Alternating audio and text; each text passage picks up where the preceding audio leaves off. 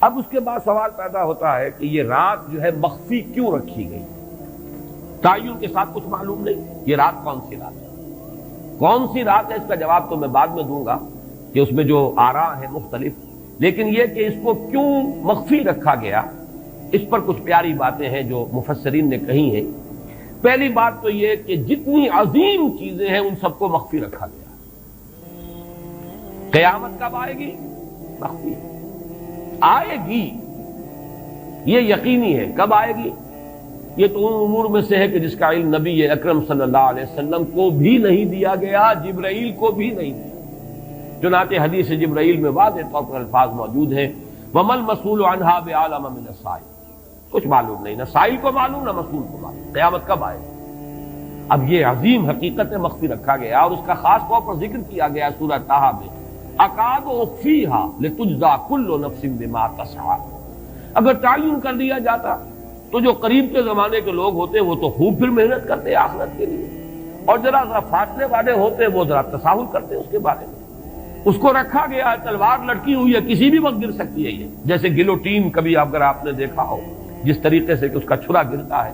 کسی بھی وقت گر سکتی ہے، لہذا ہر وقت چوکس رہو، چوکس میں رہو، جیسے کہ صحابہ کرام کی شان معلوم ہوتی ہے بعض روایات سے کہ ذرا تیز ہوا چلتی تھی تو وہ سمجھتے تھے کہ قیامت آ گئی۔ اس درجے استحضار تھا اعصاب کے اوپر، اس کا اتنا اثر تھا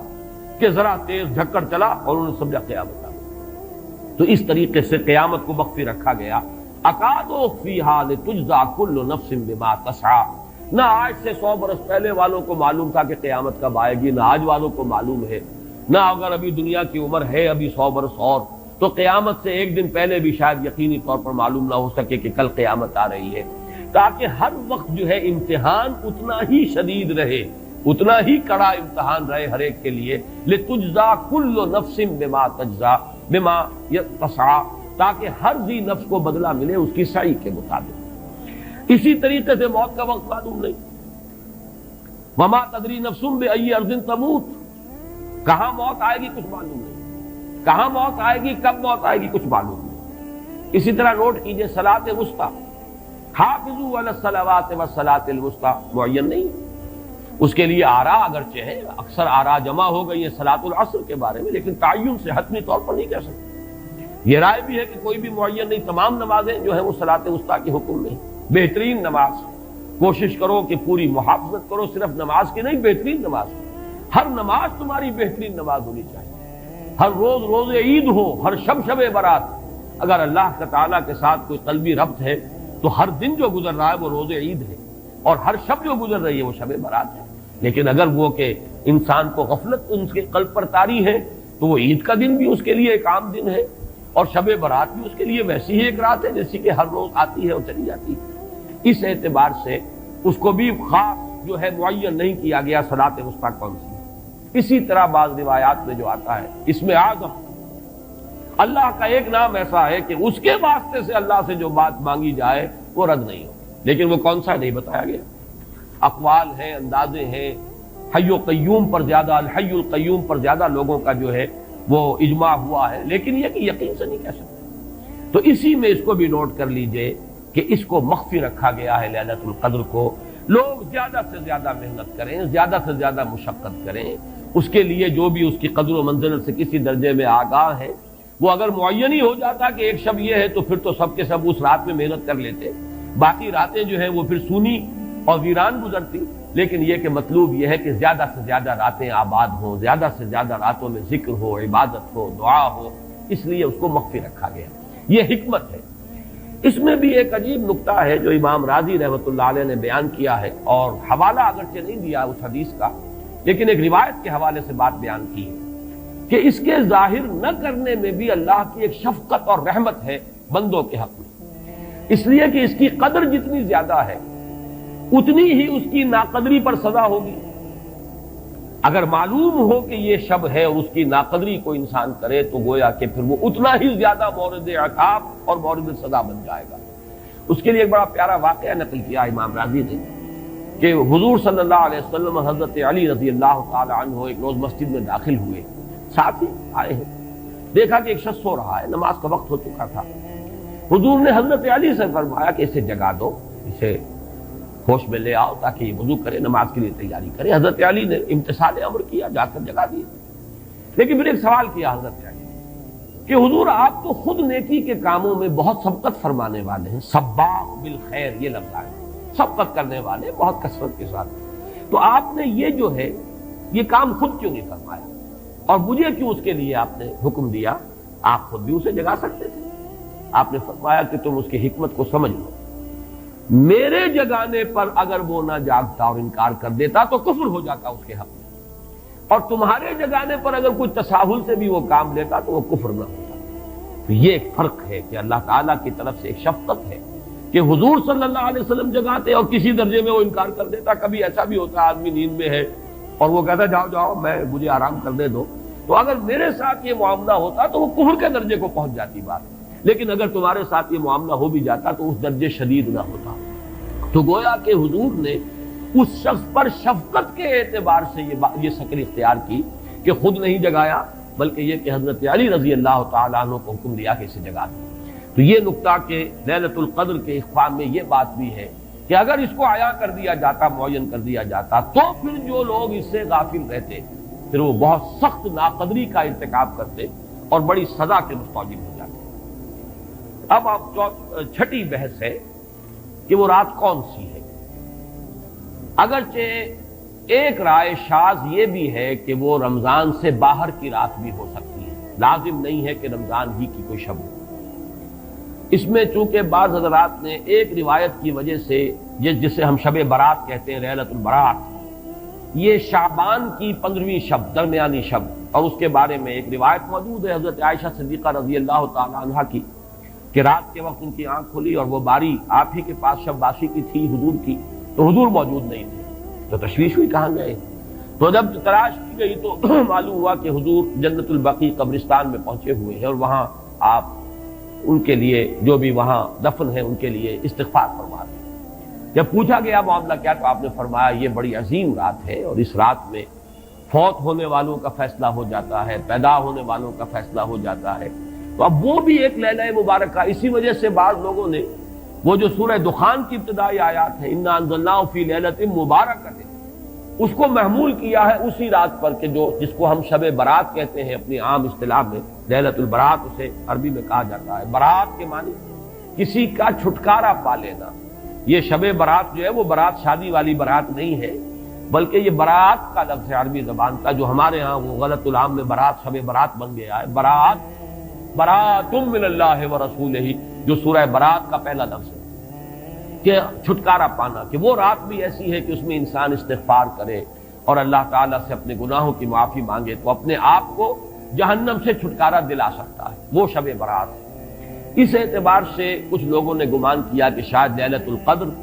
اور لیلہ مبارکہ اس حدیث کی روح سے وہی شب ہے، وہ ظاہر بات ہے کہ خارج از رمضان مبارک ہے، اور یہ کہ اس کے علاوہ بھی بعض آراء ہیں، لیکن یہ آراء جو ہے شاذ کے درجے میں۔ میں یہ کہہ سکتا ہوں کہ تقریباً اجماع ہے اس پر کہ یہ رات رمضان مبارک ہی کی ایک رات ہے۔ اس کی دلیل ایک تو یہ کہ القرآن یفسر بعضہ بعضا کے اصول کے مطابق قرآن مجید کے اندر سورہ بقرہ میں یہ واضح کر دیا گیا شہر رمضان الذی انزل فیہ القرآن، رمضان مبارک کا مہینہ وہ ہے کہ جس میں قرآن نازل کیا گیا، اور یہاں فرمایا انا انزلناہ فی لیلۃ القدر، ہم نے اس کو اتارا ہے لیلۃ القدر میں۔ ان دونوں کو جوڑیے تو اس کا ایک لا محالہ جو ایک انیویٹیبل رزلٹ نکلتا ہے وہ یہی ہے کہ یہ لیلۃ القدر رمضان مبارک میں۔ دوسری اس کی تائید ہوتی ہے وہ مشہور حدیث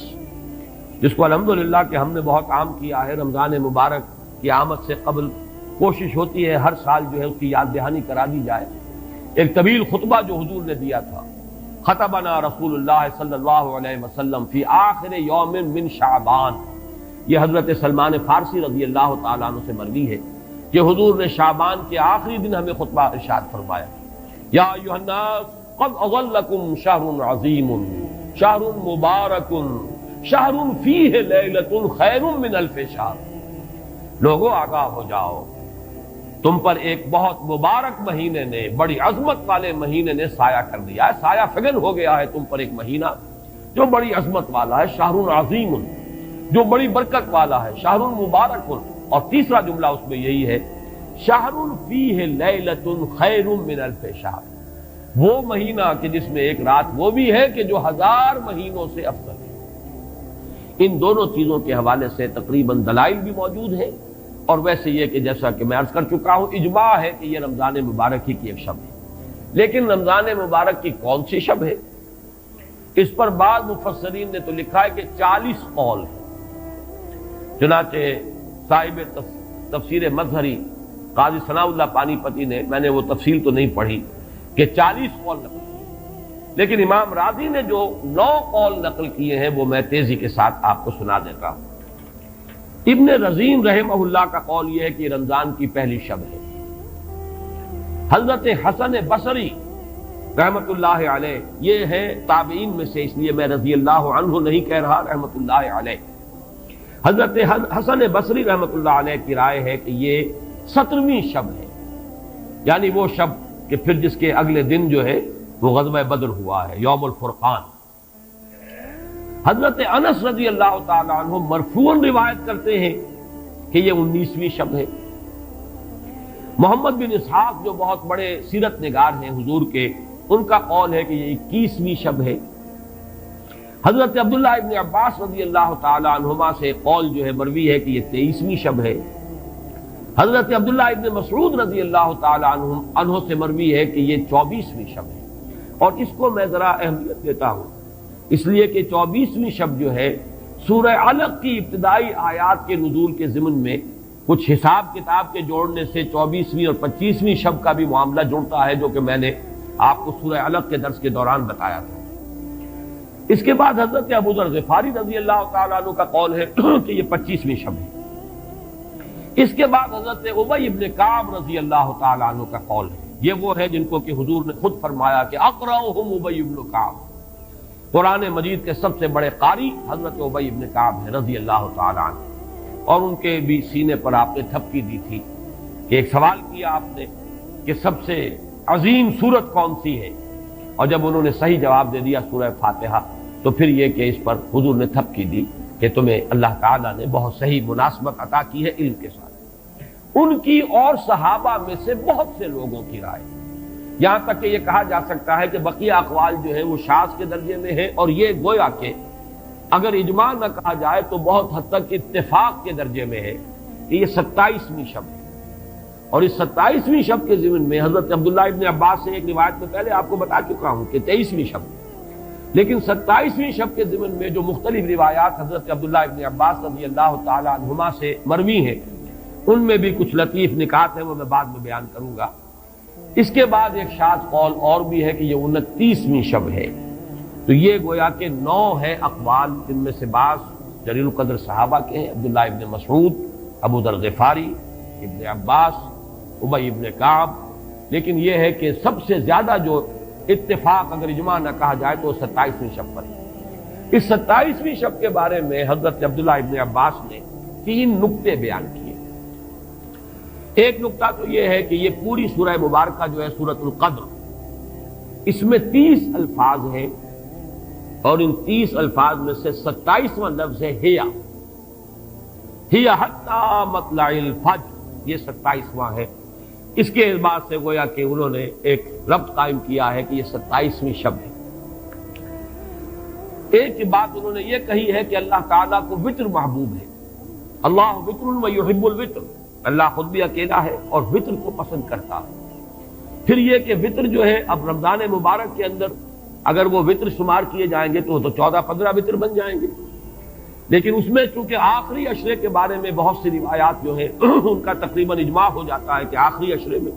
تو آخری عشرے میں بھی 5 وطر آئیں گے، 21ویں، 23ویں، 25ویں، 27ویں، 29ویں۔ لیکن حضرت عبداللہ ابن عباس کہتے ہیں کہ 7 کا حصہ اللہ تعالیٰ کو بہت پسند ہے، اور بہت سی چیزیں جو ہیں عالم تکوینی میں بھی اور عالم تشریعی میں بھی بہت سی چیزیں وہ ہیں کہ جو 7 کے حصے کے ساتھ وابستہ ہیں۔ 7 آسمان ہیں، 7 زمینیں ہیں، ہفتے کے 7 دن ہیں، طواف کے 7 شوط ہیں، سعی بین صفا والمروہ وہ بھی 7 مرتبہ ہے، ادھر سے ادھر، ادھر سے ادھر 7۔ اسی طریقے سے سجدے کے اعضاء بھی 7 ہیں، تو اس سے انہوں نے پہلے وطر اور وطر کے بعد 7 کا حصہ، رمضان کے آخری عشرے کی وطر راتیں اور ان میں 7ویں رات یعنی 27ویں شب، وہ اپنے اس حساب کتاب سے بھی. اور جب انہوں نے یہ بات بیان کی تو حضرت عمر رضی اللہ تعالی عنہ نے ان کی تحسین کی تھی. آخری بات اور بھی کہی گئی ہے کہ لیلۃ القدر جو ہے اس کے اندر حروف کو اگر شمار کیا جائے تو 9 بنتے ہیں، اور یہ لیلۃ القدر اس سورہ مبارکہ میں 3 مرتبہ آیا ہے. انا انزلناہ فی لیلۃ القدر وما ادراک ما لیلۃ القدر لیلۃ القدر خیر من الف شہر. اس اعتبار سے بھی 3 کو ضرب دی جائے 9 سے تو وہ بھی 27 کا عدد بنتا ہے. بہرحال یہ میں نے جیسا کہ عرض کیا تھا کہ ان کا کوئی تعلق نہ صرف سے ہے، نہ نحو سے ہے، نہ روایات سے، لیکن بہرحال حضرت عبداللہ ابن عباس کا ایک ذوق ہے. اس کو آپ ذوقی باتیں بھی کہہ سکتے ہیں، لیکن یہ کہ حضرت عبداللہ ابن عباس کی ذوقی بات ہے، لہذا اس کا کم سے کم تذکرہ ہو جانا چاہیے. ایک بحث یہ ہے کہ اہی باقیۃ ام لا، کیا یہ رات جو اس کی عظمت تھی یہ باقی ہے، یا صرف وہی رات جو تھی جس میں کہ قرآن مجید نازل کیا گیا وہی عظمت کی حامل تھی. انا انزلناہ فی لیلۃ القدر، یا یہ کہ اب بھی ہر سال یہ رات آ رہی ہے تو اسی عظمت کی حامل ہے، اسی قدر و منزلت کی، اسی برکت کی حامل ہے. اس پر بھی تقریباً ایک اجماع ہے کہ یہ لیلۃ القدر باقی ہے، ہر سال آتی ہے. اس کے ضمن میں بلکہ میں چاہتا ہوں کہ اپنے قول کی تصحیح کر دوں کہ میں ایک رائے میں نے ابتدائی دور میں بیان کی ہے اپنے بعض خطبات میں، تقاریر میں، اور وہ جیسا کہ ایک خطیبانہ انداز ہوتا ہے قرآن مجید کی عظمت کے بیان کے ضمن میں یہ باتیں، یہ بھی نقطے کے درجے کی باتیں ہوتی تھی اور وہ میں بیان کرتا رہا ہوں کہ قرآن ہے اصل عظمت کی حامل شے. جس رات میں یہ قرآن نازل ہوا وہ لیلۃ القدر بن گئی. گویا کہ لیلۃ القدر کی عظمت جو ہے وہ قرآن کی عظمت سے مستعار ہے. جس مہینے میں یہ نازل ہوا وہ مذہب جو ہے، وہ مہینہ جو ہے مبارک ہو گیا، شہر المبارک، اور وہ مہینہ جو ہے وہ روزے کی عظیم عبادت کے لیے مختص کر لیا گیا. اسی طریقے سے جو دن اس کی تعلیم کے لیے خاص کیا گیا، جو جمعے کا دن جو ہے وہ در حقیقت تعلیم قرآن کے لیے، یتلو علیہم آیاتہ ویزکیہم ویعلمہم الکتاب والحکمہ، جو حضور کا عمل تھا اسی کو دوام عطا کیا گیا ہے خطبہ جمعہ کی صورت میں. وہ دن جو ہے وہ سید الایام بن گیا کہ ہفتے کے دنوں میں وہ سردار دن ہے، جمعے کا دن جو ہے وہ سردار ہے تمام دنوں میں. یہ بات اپنی جگہ پر صحیح ہے جہاں تک اصولی اعتبار سے، لیکن میں اس میں جو تصحیح کر رہا ہوں جزوی طور سے وہ یہ ہے کہ لیلۃ القدر کی عظمت جو ہے وہ خود اپنی جگہ پر ہے، فی نفسہا ہے، اپنے ہی مقام پر ہے، اپنی جگہ ہے، بجائے خود، جسے کہتے ہیں فارسی میں بجائے خود عظمت کی حامل ہے. اور اس کی عظمت کا مقام یہ بھی ہے کہ اس میں فیہا یفرق کل امر حکیم، تمام معاملات جو ہیں اللہ کے فیصلے جو ہیں ان کو ایشو کر دیا جاتا ہے، وہ گویا کہ حوالے کر دیے جاتے ہیں، وہ فیصلے صادر ہو جاتے ہیں اللہ تعالیٰ کی جناب سے. تو یہ اس کی عظمت قدیم ہے. قرآن کا نزول اس کے ساتھ شامل کیا گیا ہے کہ اس عظیم رات کا انتخاب کیا گیا ہے قرآن کے نزول کے لیے. یہ میں چاہتا تھا کہ اپنے ان سابقہ بیانات کے ضمن میں یہ تصحیح جو ہے میں آپ کو نوٹ کرا دوں.